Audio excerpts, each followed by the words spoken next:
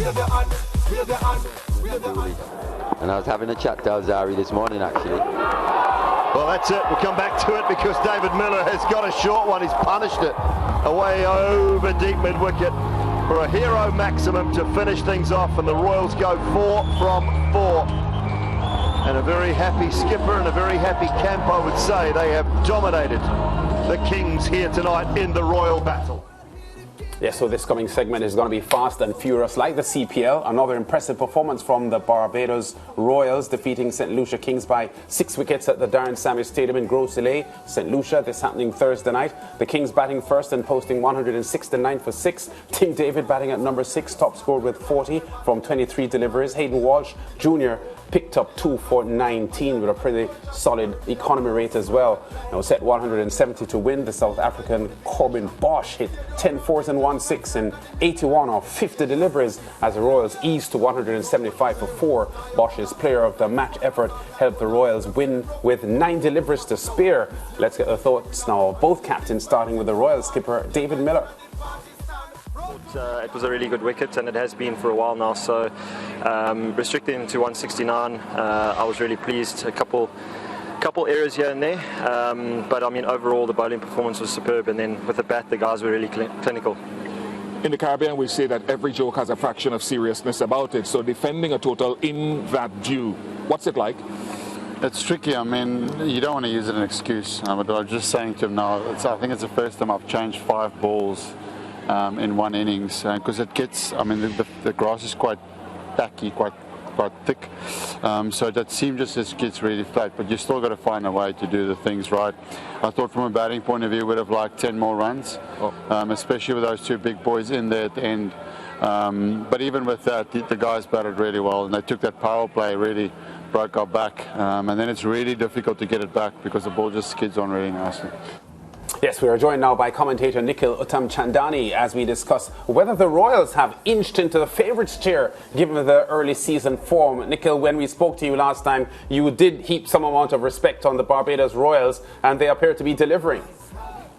Yeah, I think, Lance, when you look at the Barbados Royals, definitely dominant. Dominant is one word that I would use to describe the way that they've gone about things. And for me, I look at the 2 years, 2021, where they finished bottom of the table, and they came into this season with so much to prove. They made 10 changes to their squad. They brought in experience in their captain, David Miller. They changed leadership. They brought in Quinton de Kock. And also, of course, many members coming from that Rajasthan Royals setup then in terms of not only the players, but the coaching staff, Trevor Penny, some of the assistant coaches as well, the management staff. And I think it does make a difference. We've seen a lot of synergy in this Barbados Royals team, and I mean the way that their batting has commanded things. Last night was a perfect example, just the way that they were able to take down that chase so easily of that 169. And I mean last year in that 2021 CPL, yes, it was different conditions, but that average first inning score when they batted first on 7 occasions was only 143. This year they batted first twice and have already posted 194 and 162. And you could argue that the overseas players haven't even made or fulfilled their entire potential. It's been Kyle Mears, it's been Obed McCoy, Hayden Walsh Jr. last night, and people are stepping up at different times for them, and I think the collective effort is what makes them so dangerous. Yeah. Is there something, Nikhil, to be said about the attitude of the top order Barbados Royals that at the moment would be making them look a little bit different from the other teams involved?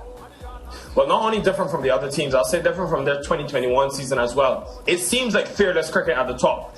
Kyle Mears, Quinton de Kock, when Raheem Cornwall was playing, of course, they just seem to be expressing themselves, and they seem to be fearless. When I look at that last season when their opening partnership only averaged 25, this year that's gone and elevated to 52. And that's been when Cornwall, Mears, de Kock go hard in the power play. And I think it's that depth. When you have a Corbin Bosch who's able to be flexible coming at 3 or even number 6 and bat the way he did.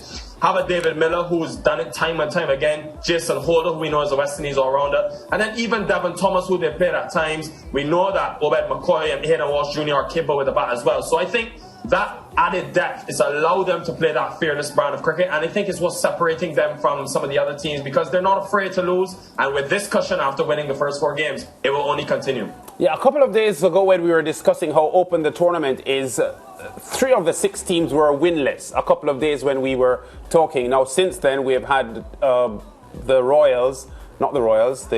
Kings and the Patriots breaking their winless run and now positioning themselves into challenging positions to get into the playoffs.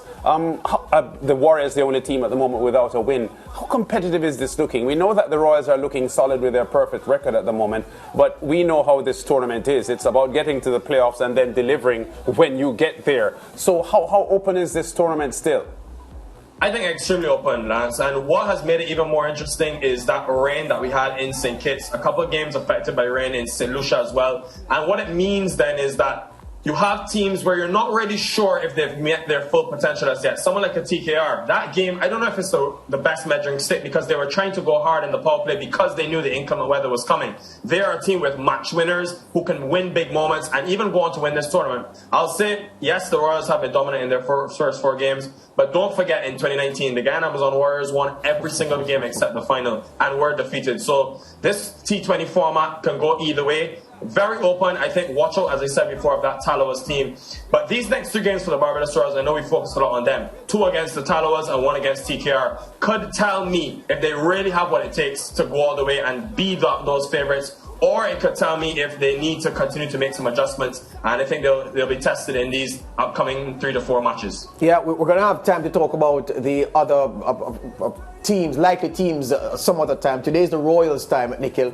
Here's the thing, though. Kyle Mears. What are your personal odds on Kyle Mears being the first batsman this CPL to make that century? Because he's been batting really, really well, top of the run scoring chart, highest score of 73. The man's his strike rate is very, very high, average just under 50.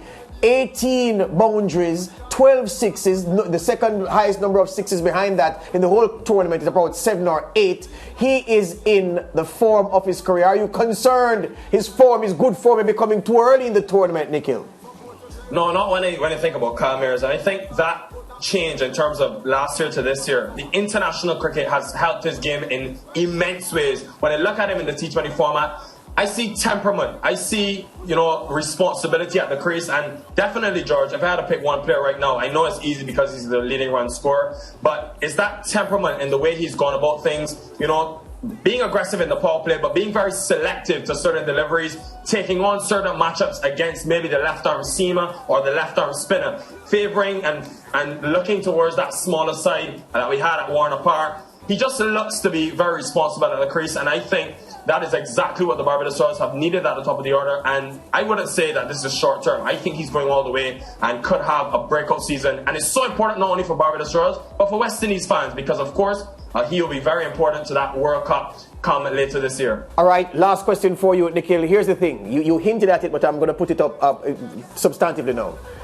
2 of the Barbados Royals wins, rain affected the game. They won on the Duckworth-Lewis method, and of course they had the good fortune of batting first. So some would say that equates to their position in the tournament being somewhat of a false position. True or false?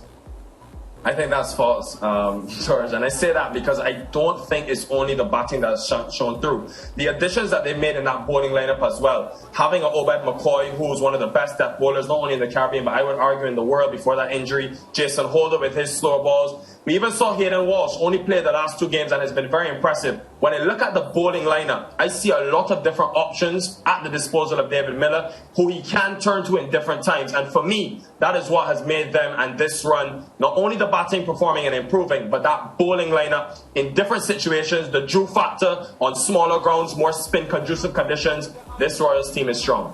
That's the gospel according to Nikhil. All right, man, I'm with you. It's not a false position any at all, Lance. Yeah, all right, Nikhil, we'll be in touch. We'll talk next week, I'm sure. And thanks for talking to us. Don't forget that the CPL, the Hero CPL, continuing on Saturday with the 2 games. There's a 9 o'clock fixture. That's 9 o'clock Jamaica time, 10 o'clock in the Eastern Caribbean. And that will be the Jamaica Tallawahs against the TKR, the Trinbago Knight Riders. That's the early game, 10 o'clock local time. And in the evening game at 7 o'clock, 6 o'clock Jamaica time, the St. Lucia Kings, the home team at Gros Islet at the Darren Sammy Stadium, facing the Guyana Amazon Warriors.